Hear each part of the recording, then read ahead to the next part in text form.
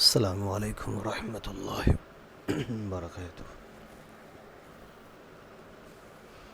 الباب الثالث، تیسرا باب، فی التقدیم والتاخیر، تقدیم اور تاخیر کے سلسلے میں۔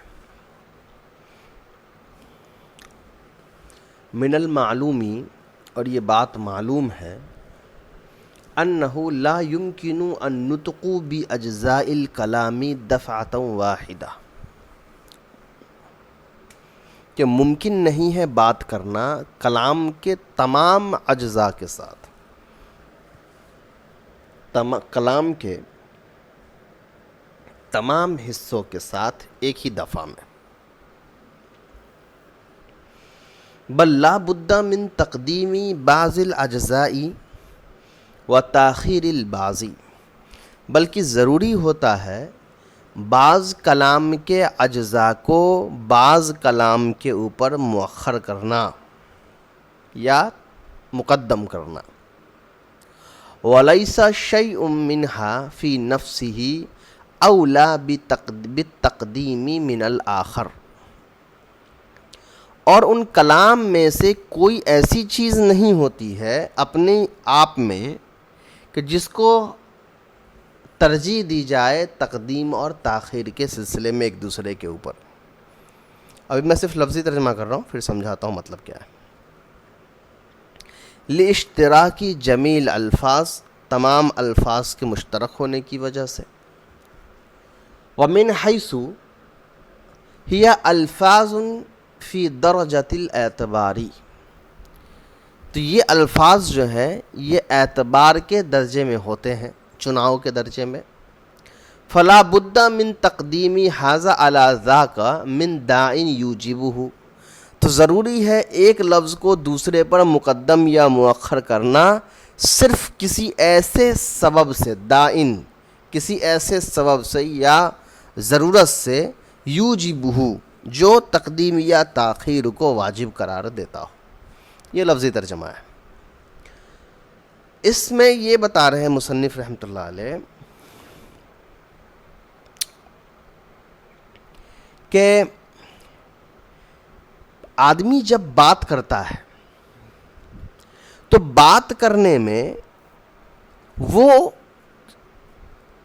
جملے کو بیان کرنے کا یا الفاظ کا چناؤ جو ہوتا ہے اس کا مکمل اختیار اس متکلم کے پاس ہوتا ہے کہ جیسی ضرورت ہے ویسی بات چیت کی جائے، اس لیے کہ یہ ممکن نہیں ہے کہ آدمی ایک ہی دفعہ میں ساری بات کہہ سکتا ہو، بلکہ اس کو متعین کرنا پڑتا ہے کہ جملے کے کس حصے کو ہم پہلے لا سکتے ہیں اور کس حصے کو ہم بعد میں لا سکتے ہیں۔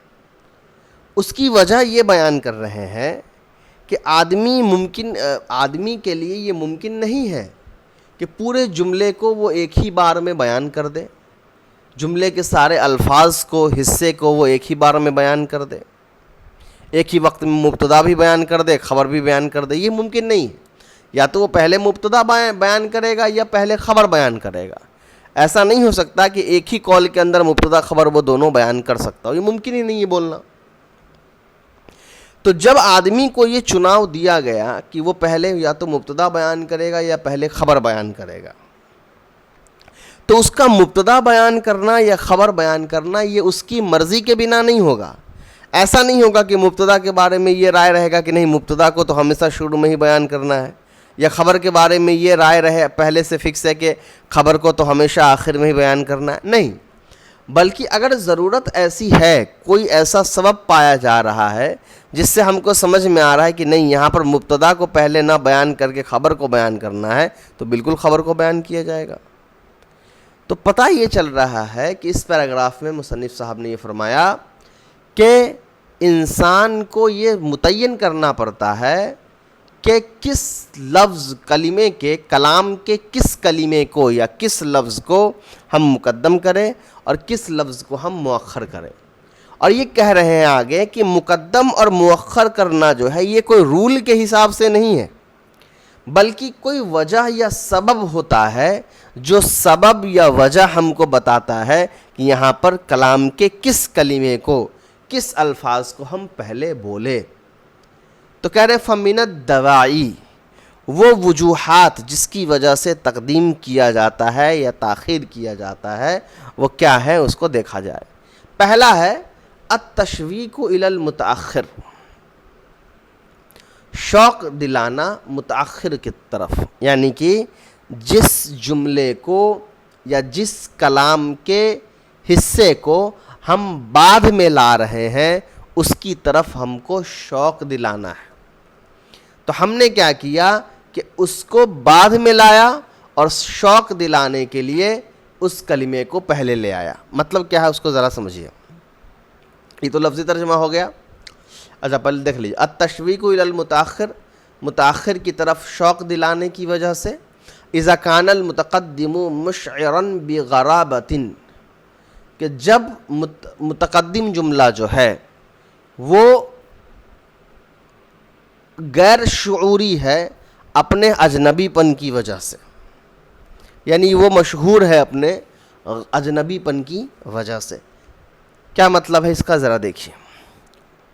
مطلب یہ ہے کہ مان لیا جائے مجھے کہنا ہے کہ زید عالم ہے، تو یہاں میں نے زید کے عالم ہونے کی خبر دی، یہ عام جملہ ہے۔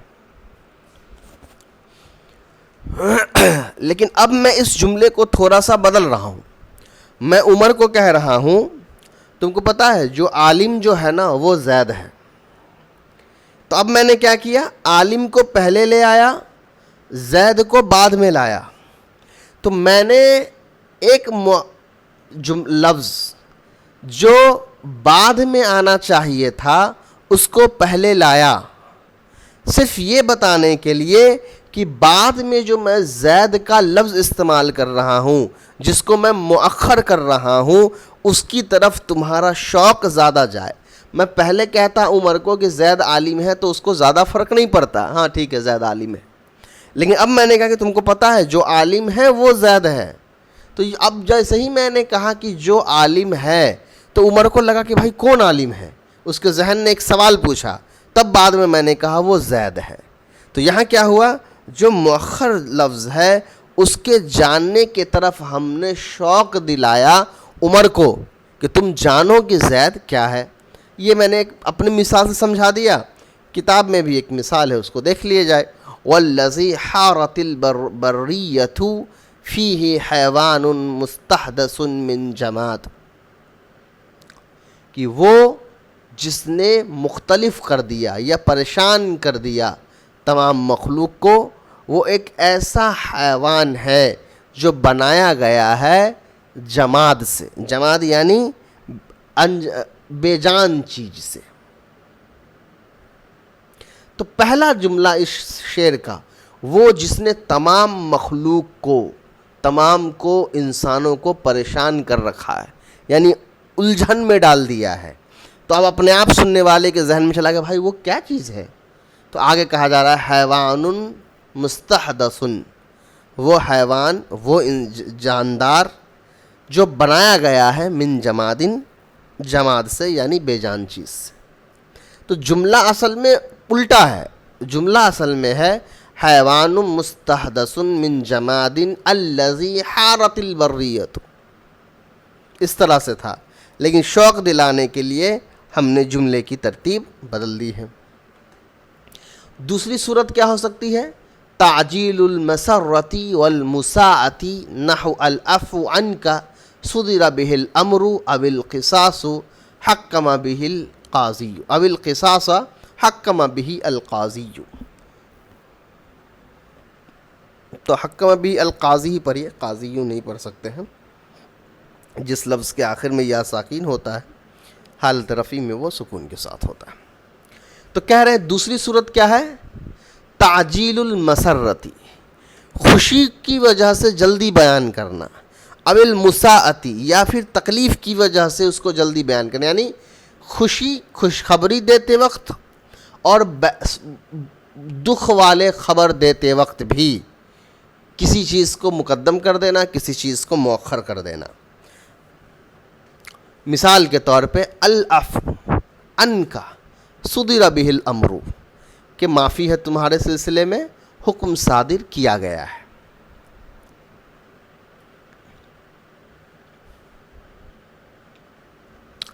تو پہلا جملہ میں جملہ ایسے ہوتا صدر بہ الامر العفو عنک، کہ حکم صادر کیا گیا ہے تمہارے سلسلے میں معافی کا۔ تو معافی کا لفظ بعد میں آتا، لیکن چونکہ یہاں خوشی کی بات بتانی ہے تو خوشی والے لفظ کو پہلے لایا گیا کہ تم کو معافی مل گئی، تمہارے بارے میں معافی کا حکم جو ہے وہ صادر کر دیا گیا۔ تو معافی کو پہلے بیان کر دیا گیا، خوشی کو جلدی سے بتانے کی وجہ سے۔ دوسری مثال تکلیف کے بیان کرنے کے لیے ہے، القصاص حکم بہ القاضی، کہ قصاص کا حکم قاضی نے جو ہے تم کو دیا ہے۔ تو اصل میں تو ایسا ہے حکم بہ القاضی القصاص، کہ قاضی نے ان کے لیے قصاص کا حکم دیا، لیکن قصاص کو پہلے ذکر کر کے بعد میں وہ جملہ لایا گیا یہ بتانے کے لیے کہ بھائی یہ غم کا موقع ہے، قصاص نے آپ کو قاضی نے آپ کو قصاص کا جو ہے وہ حکم صادر کر دیا ہے۔ تیسرا ہے کون المتقدمی محط الانکاری والتعجب، کہ جس چیز کو مقدم کیا گیا ہے وہ انکار اور تعجب کی جگہ پر ہو، تعجب خیز ہو۔ جیسے ابعد طول التجربتی تنخدع بهذه الزخارف، کہ اتنے لمبے تجربے کے بعد بھی تم ان بناوٹی اور بناوٹی چیزوں کے دھوکے میں آ گئے۔ اس کو ایک طرح سے زخارف کہا جاتا ہے مینوپولیٹڈ چیز کو، جس کو مطلب باہر سے کچھ اور دکھایا گیا ہو، اندر سے کچھ اور ہو۔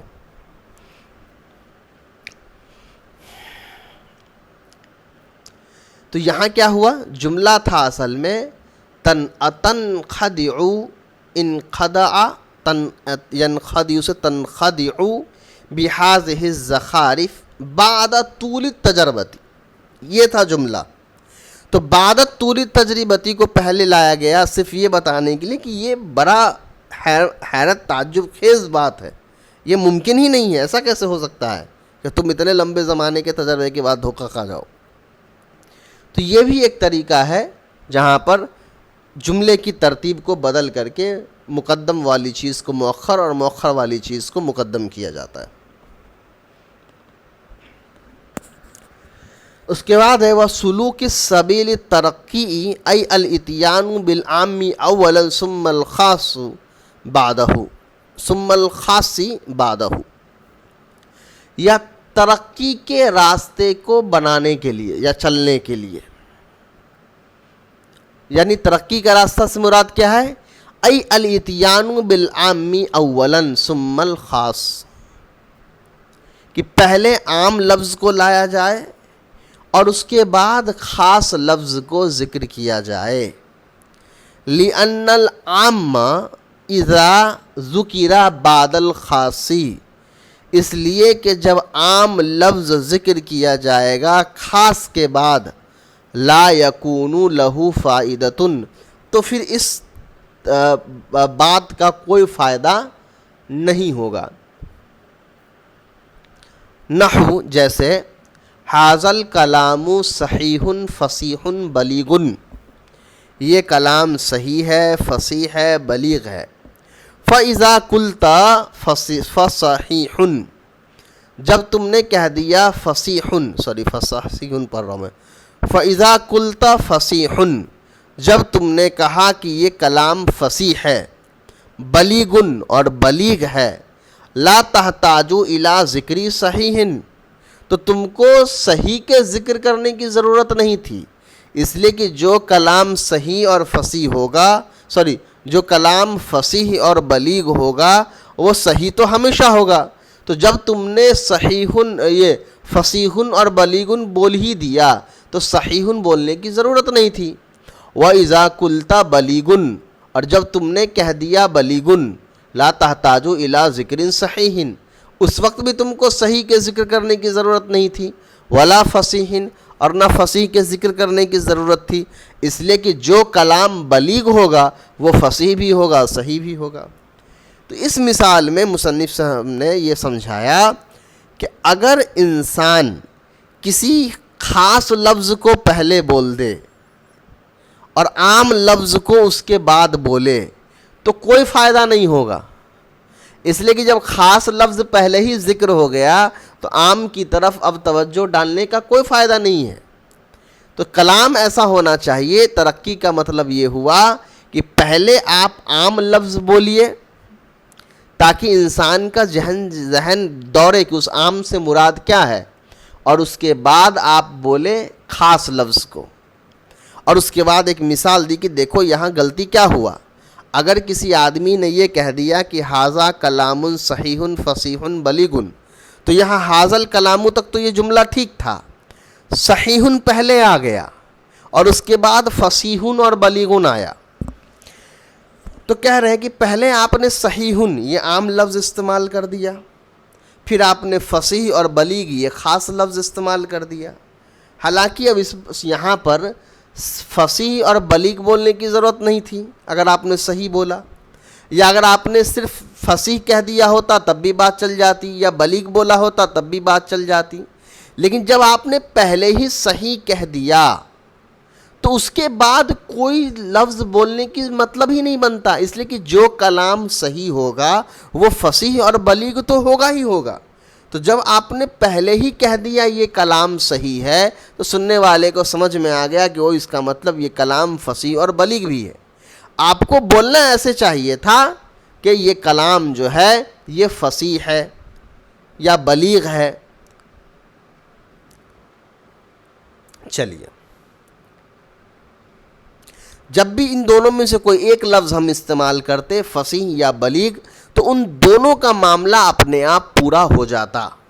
تو پوری بات کا جو خلاصہ اس جملے میں نکلا وہ یہ نکلا کہ ہم کسی ایسے موقع پر جہاں ہمیں ڈر ہے کہ اگر ہم نے خاص لفظ پہلے بیان کر دیا تو سامع کے ذہن میں عام لفظ کے بارے میں کوئی دلچسپی نہیں باقی رہے گی، تو وہاں پر پہلے عام لفظ کا بیان کیا جاتا ہے اور اس کے بعد خاص لفظ کا بیان کیا جاتا ہے، تاکہ عام لفظ سن کر سامع کے ذہن پہ چوٹ آئے کہ بھائی کیا مطلب ہے، اس سے آگے کیا بولنا چاہ رہا ہے، اور پھر آدمی خاص لفظ لا کے اس کو بیٹھاتا ہے۔ چلیے، اس کے بعد وہ مراعات الترتیب الوجودی، ترتیب وجودی کی رعایت کے لیے، کبھی مقدم اور مؤخر ترتیب وجودی کی رعایت کے لیے بھی کرتے ہیں۔ ترتیب وجودی کہا جاتا ہے جو چیز جس طریقے سے پیدا ہوا ہے، جیسے انسان پہلے گھٹنوں کے بل چلتا ہے، پھر سہارے سے چلتا ہے، پھر سب کچھ چھوڑ کر کے دو پیر پہ چلتا ہے، تو یہ اس کا ترتیب وجودی ہے کہ پہلے وہ ایک اسٹیپ پار کیا، اس کے بعد دوسرا اسٹیپ پار کیا، پھر تیسرا اسٹیپ پار کیا۔ یا اس کا دوسرا طریقہ اور سمجھ لیجئے، انسان کو پہلے اونگ آتی ہے پھر نیند آتی ہے، تو وجود کے اعتبار سے ترتیبی وجود کا مطلب یہ ہوا کہ پہلے اونگ آئے گی پھر نیند آئے گی۔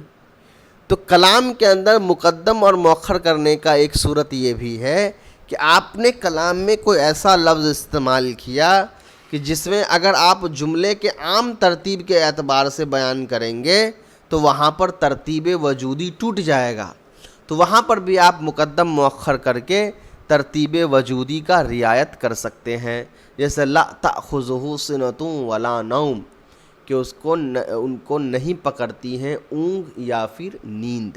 تو یہاں پر جو مقدم کیا گیا ہے، یہاں پر جملہ ہوتا لا تأخذہ نوم ولا سنۃ، تو پہلے سنۃ کو لایا گیا پھر نوم کو لایا گیا، یہ بتانے کے لیے کہ پہلے اونگ آتی ہے وجود کے اعتبار سے پھر نیند آتی ہے۔ چلیے،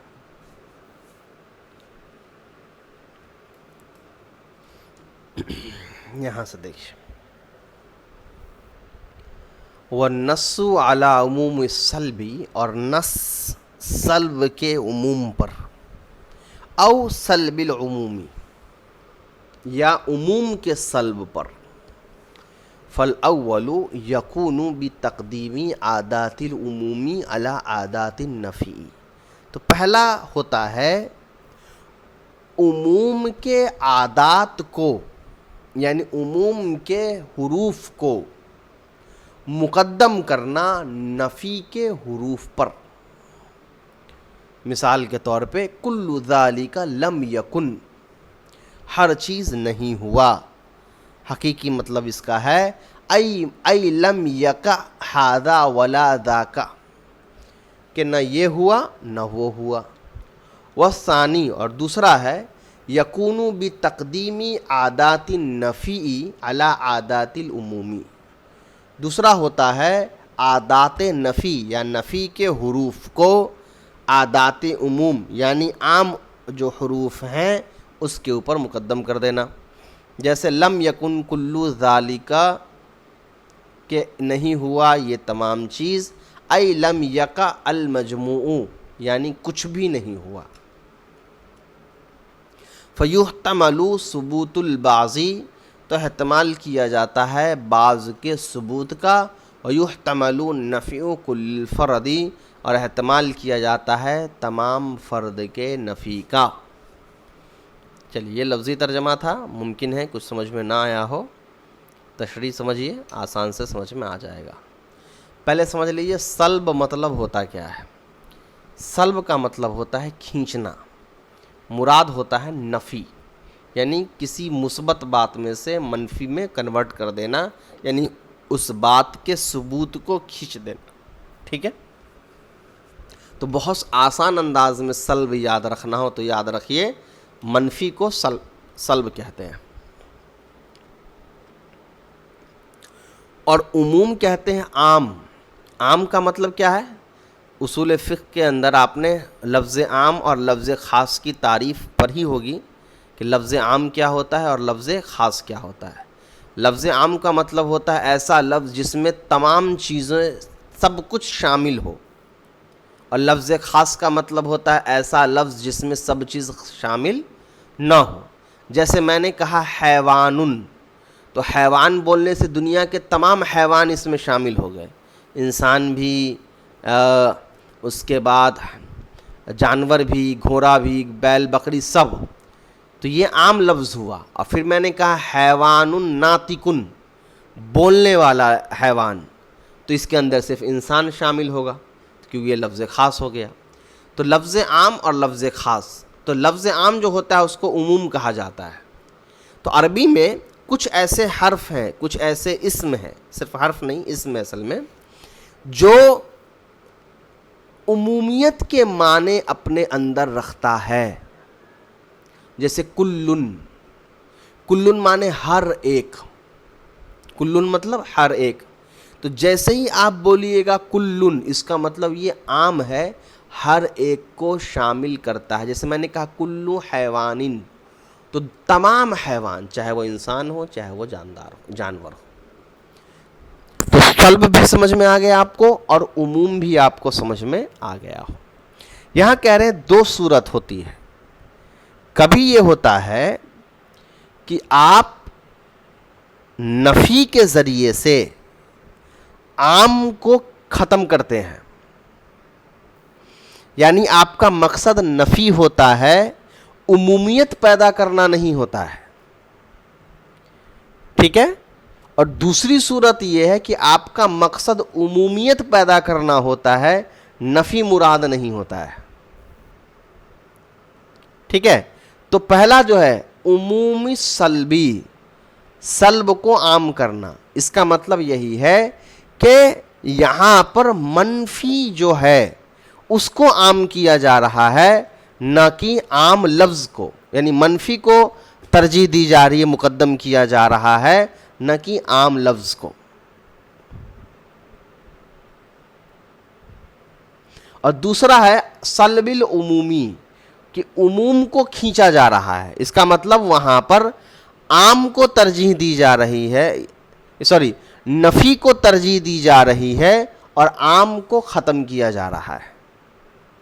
چلیے یہ تھوڑا سا زیادہ اس ٹرمینالوجی کے ساتھ بیان ہو گیا، اصطلاح کے ساتھ، اس کو آسان انداز میں سمجھیے۔ پہلی صورت میں یہ ہوگا کہ جو عام لفظ ہوگا اس کو پہلے بیان کیا جائے گا، اور نفی کا جو جملہ ہوگا اس کو بعد میں بیان کیا جائے گا، کیونکہ وہاں پر ضرورت عمومیت کی ہے، نفی کی نہیں ہے۔ یہ پہلی صورت ہے۔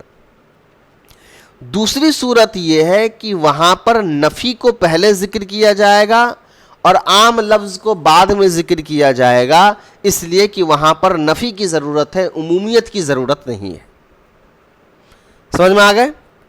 اب اس کو تھوڑا سا اور دوسرے انداز میں سمجھ لیجئے۔ عربی میں جملے کے دو طریقے ہو سکتے ہیں۔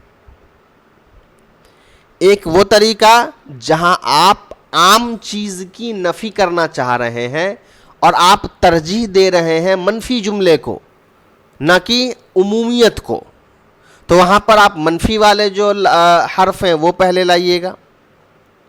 لیکن اگر آپ ایسا جملہ بنانا چاہ رہے ہیں جہاں منفی کو آپ ترجیح نہیں دے رہے ہیں، عمومیت کو ترجیح دے رہے ہیں، تو وہاں پر آپ عموم والے حرف اسم پہلے لائیے گا۔ پہلی مثال دیکھیے، کلو ذالک لم یکن، سب چیز نہیں ہوا، وہ سب چیز نہیں ہوا۔ کلن یہ عام لفظ ہے اور یہ پہلے لایا گیا جملے میں، کیونکہ ہم کو ترجیح اس کو دینا تھا کہ نہیں ہوا، کچھ بھی نہیں ہوا ہے، یعنی یہ تمام چیز نہیں ہوئی ہے۔ تو یہاں پر ہم نے عمومیت کو ترجیح دی ہے، منفی کو نہیں۔ ٹھیک ہے، جملہ اصل میں ایسے ہونا چاہیے تھا، لم یقع ھذا ولا ذاکا، کہ نہ یہ ہوا نہ وہ ہوا، لیکن ہم نے اس عام کو ترجیح دینے کے لیے پہلے ڈائریکٹلی کہہ دیا کہ کلو ذالک لم یکن، کہ وہ تمام چیزیں نہیں ہوئیں۔ تو یہ پہلی صورت ہے جس میں ہم نے عمومیت کو ترجیح دی ہے نفی کے اوپر۔ دوسری صورت کا مثال دیکھ لیجئے، لم یکن کلو ذالک، کہ نہیں ہوا وہ تمام چیز۔ ٹھیک ہے، تو یہاں ہم نے نفی کو ترجیح دی ہے عمومیت کے اوپر، تو اس کا مطلب بھی وہی ہے کہ کچھ بھی نہیں ہوا۔ تو مطلب دونوں کا سیم ہے، ترجیحات کے بنا پر بات بدل رہی ہے، دونوں میں نہیں ہونے کا ذکر ہے، لیکن ایک میں آپ دیکھیں گے کہ نہیں ہونے کا ذکر عمومی اعتبار سے ہے، اور دوسرے میں کچھ نہیں ہونے کا ذکر منفی جملے کو ترجیح دینے کے اعتبار سے ہے۔ ترجمہ دونوں کا سیم ہے۔ تو یہاں پر بھی مقدم اور مؤخر کیا جاتا ہے۔ کس بنا پر مقدم اور مؤخر کیا جاتا ہے؟ اس بنا پر مقدم اور مؤخر کیا جاتا ہے جب جملے کے اندر عموم اور نفی دونوں پیدا ہو گیا ہو، تو وہاں پر آپ کی اپنی سوچ ہوگی، جس چیز کو زیادہ ترجیح دینا چاہیں اس اعتبار سے آپ اس کا استعمال کر سکتے ہیں۔ پہلے آپ کو اگر نفی کے معنی لانے ہیں تو پہلے آپ نفی کے معنی لے آئیے، اور اگر آپ کو پہلے عمومیت کے معنی لانے ہیں تو پہلے آپ عمومیت کے معنی لا سکتے ہیں۔ اب یہاں پر لاسٹ میں ایک بات کہہ رہے ہیں، فَيُحْتَمَلُ ثُبُوتُ الْبَعْضِ، پہلا جو صورت ہے جس میں ہم نے عمومیت کو پہلے لایا ہے، ٹھیک ہے، اس میں احتمال ہے بعض کے ثابت ہونے کا۔ بعض کے ثابت ہونے کا مطلب ہے کہ ہم یہ تو کہہ رہے کہ وہ ہر وہ چیز نہیں ہوئی ہے، لیکن ممکن ہے کہ اس میں ایک دو فرد کہیں نہ کہیں ہو گیا ہو، احتمال ہے، ضروری نہیں ایسا ہو سکتا ہے، چونکہ یہاں ہے نا ہم ہر اس چیز کی نفی کرنا چاہ رہے ہیں جو عام ہے، تو ہو سکتا ہے کہ کوئی خاص ایسی چیز ہو جو ہو گئی ہو، احتمال کیا جا سکتا ہے۔ اور دوسرا جو جملہ ہے جہاں ہم نے ڈائریکٹلی نہیں سے شروعات کی ہے، جو دوسرا جملہ ہے جہاں ہم نے ڈائریکٹ نہیں سے شروعات کی ہے، اس کے بارے میں کہہ رہے ہیں یحتمل نفی کلی فرد، اس میں احتمال ہے تمام فرد کی نفی کا۔ اس میں ممکن ہے کہ ایک کے ساتھ بھی کچھ نہیں ہوا ہے، مثال کے طور پر سمجھیے اس کو اس طرح سے، مان لیجیے دعوت تھا، دعوت میں 4 آئٹم تھا، گوشت تھا، کچھ میٹھا تھا، کچھ چائے تھا، کچھ کافی تھا۔ اب زید سے میں نے پوچھا بھائی ہوا نا کھانا؟ اب اس نے کہا کچھ نہیں ہوا ابھی۔ تو یہ ممکن ہے کہ اس نے سب کچھ ٹرائی نہیں کیا ہو، 1-2 چیز ٹرائی کر لیا ہو لیکن بولا ہو کہ کچھ نہیں ہوا ہے۔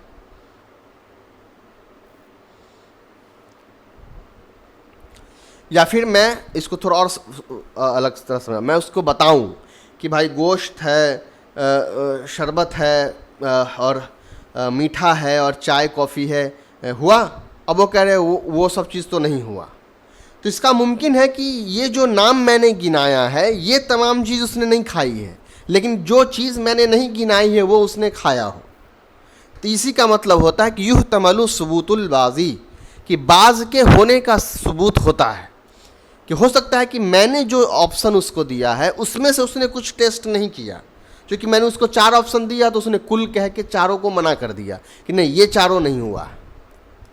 لیکن جب میں اس کو کہوں 4 آپشن دے دوں کہ بھائی یہ گوشت ہے اور یہ وہ فلاں چیز ہے، اور وہ کہتا ہے نہیں کچھ بھی نہیں کھایا ہے میں نے، ڈائریکٹلی وہ پہلے کہتے نہیں میں نے کچھ نہیں کھایا ہے، تو یہاں مراد ہے کہ صرف یہ 4 آپشن نہیں بلکہ ممکن ہے کہ اس کے علاوہ بھی اگر کوئی آئٹم ہے دعوت کے اندر اس نے اس کو بھی ٹیسٹ نہیں کیا ہے۔ مگر پھر یاد رکھیے یہ دونوں احتمال پر مبنی ہیں، شک پر مبنی ہیں، جب تک کوئی واضح دلیل نہیں ملے گی ان دونوں میں سے کسی بات کو ثابت نہیں کیا جا سکتا ہے۔ اب اتنی بحث کا نتیجہ کیا نکلے گا وہ سمجھیے، میں اتنی تاکید کے ساتھ یہ کیوں سمجھانے کی کوشش کر رہا ہوں؟ وہ اس لیے سمجھانے کی کوشش کر رہا ہوں کہ جملے میں ہم کبھی کبھی جس چیز پر زور زیادہ دینا ہوتا ہے اس چیز کو ہم پہلے لاتے ہیں۔ آپ کو اگر مکمل چیزوں کی نفی کرنی ہے تو آپ نہیں کے ساتھ جملے کو شروع کریں گے، عمومیت کے ساتھ شروع نہیں کریں گے۔ اگر آپ کو تمام چیزوں کی نفی مراد نہیں ہے بلکہ جو چیزیں آپ کے سامنے ہیں، ذہن میں ہے سامع کے، صرف ان چیزوں کا انکار ہے تو اس کے سامنے آپ عام طور پر عمومی جو لفظ ہے اس کا ذکر کریں گے۔ چلیے اس کا آگے دیکھیے، 6 تک ہو گیا تھا، اب 7واں دیکھیے، تقویت الحکم اذا کان الخبر فعلا۔ اور مقدم مؤخر کہاں ہو سکتا ہے؟ جب کسی حکم کو مضبوطی عطا کرنی ہو، اور یہ اس صورت میں جب خبر فعل ہونا چاہیے، یعنی جملہ فعلیہ ہونا چاہیے، جیسے الہلال ظہر، تو آپ ایسے کہہ سکتے تھے ظہر الہلال، لیکن آپ نے الہلال ظہر کہا کیونکہ یہاں آپ خبر حکم کو فعل کو تقویت پہنچانا چاہ رہے تھے کہ یقیناً چاند جو ہے وہ ظاہر ہو گیا ہے۔ وذالک لتقرار الاسناد، اور یہ اس وجہ سے ہوا کہ اسناد کا تکرار ہو رہا ہے بار بار۔ کیسے ہو رہا ہے؟ آپ جان رہے ہیں کہ جملہ فعلیہ میں کون امپورٹنٹ ہوتا ہے؟ فاعل، فاعل نہ ہو تو فعل کا وجود نہیں ہے۔ اور مبتدا خبر میں کون امپورٹنٹ ہوتا ہے؟ مبتدا۔ تو الہلال مبتدا ہے اور زہرہ کے اندر جو ہوا ضمیر ہے وہ بھی ہلال کی طرف لوٹ رہی ہے، تو تکرار ہو گیا نا، 2 جگہ ایک ہی چیز کے بارے میں بات چل رہی ہے، جو ہلال ہے وہ اور جو زہرہ کے اندر ہوا فعل ہے وہ۔ دوسرا ہے التخصیص، کسی چیز کو خاص کر دینے کے لیے، جیسے ما انا قلتو، اگر آدمی صرف یہ کہہ دے ما قلتو تو بات کافی ہے، میں نے نہیں کہا، لیکن جب کہہ رہا ہے ما انا قلتو، نہیں میں نے نہیں کہا ہے، تو مطلب ہے کہ یہاں پر بات تخصیص کے ساتھ ہے۔ قلتو کے اندر انا ضمیر آلریڈی ہے، پھر بھی ہم نے انا پہلے لے آیا۔ یا دوسری مثال لے لیے ایاک نعبد، جملہ ہونا چاہیے تھا نعبد کا، لیکن مفعول کو ہم نے پہلے لایا ایاک، اور فاعل کو میں نے بعد میں لایا، تو یہ بھی تخصیص کے لیے ہو گیا۔ اس کے بعد ہے المحافظت علی وزن او سجع، وزن یا سجا بندی، یعنی شعر کا جو آخری خاتمہ ہوتا ہے اس کی حفاظت کے لیے بھی کبھی ہم مقدم اور مؤخر کرتے ہیں. جیسے اذا نطق السفیہ فلا تجبہ، کہ جب بے وقوف بولے تو اس کو جواب مت دو. فخیر من اجابتہ السکوت، بہتر ہے اس کے جواب دینے سے خاموش ہو جانا. تو فلا تجبہ السکوت دونوں آخر میں پیش پہ مکمل ہوا ہے. جملہ اصل میں ایسے ہونا چاہیے تھا السکوت خیر من اجابتہ.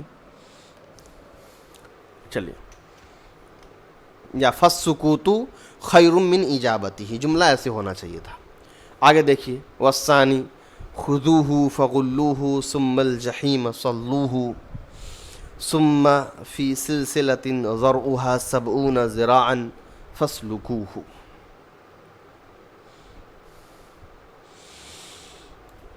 خذوہ، تم لوگ اس کو پکڑو، فغلوہ، اس کو پہناؤ، ثم الجحیم صلوہ، پھر جہنم میں اس کو پہنچاؤ، ثم فی سلسلۃ، پھر زنجیروں میں، ذرعها، جس کی چوڑائی 70 ذراعا، 70 ذراع ہے، فاسلکوہ، اس کو باندھو. اچھا، یہ جو ذراعاً ہے یہ چوڑائی نہیں ہوگا، ذراعاً ہاتھ کو کہا جاتا ہے، تو لمبائی مراد ہوگا اس سے. ٹھیک ہے، خذوہ، اس کو پکڑو، فغلوہ، اس کو پہناؤ، ثم الجحیم صلوہ، اس کا جہنم میں اس کو پہنچاؤ، ثم فی سلسلۃ ذرعها 70 ذراعا، پھر زنجیر میں جس کی جو لمبائی ہے وہ 70 ذراع ہے، فاسلکوہ، اس کو زکر دو. ٹھیک ہے، تو یہاں پر کیا ہوا؟ یہاں پر بھی جو سزا بندی کی گئی ہے، خذوہ سے مکمل ہوا، لاسٹ میں فاسلکوہ ہے. حقیقت میں ایسے ہونا چاہیے تھا ثم فاسلکوہ فی سلسلۃ ذرعها 70 ذراعا، ایسے جملہ ہونا چاہیے تھا. چلیے، ولم یذکر لکل من التقدیم والتاخیر دواء خاصۃ، اور نہیں ذکر کیا جاتا ہے تمام مقدم اور مؤخر کے لیے سارے وجوہات خاص طور پر. لأنه اذا تقدم احد رکنی الجملتی، اس لیے کہ جب بھی جملے کا کوئی ایک رکن کو مقدم کیا جائے گا، تأخر الآخر، تو دوسرے جملے کو مؤخر کیا جائے گا.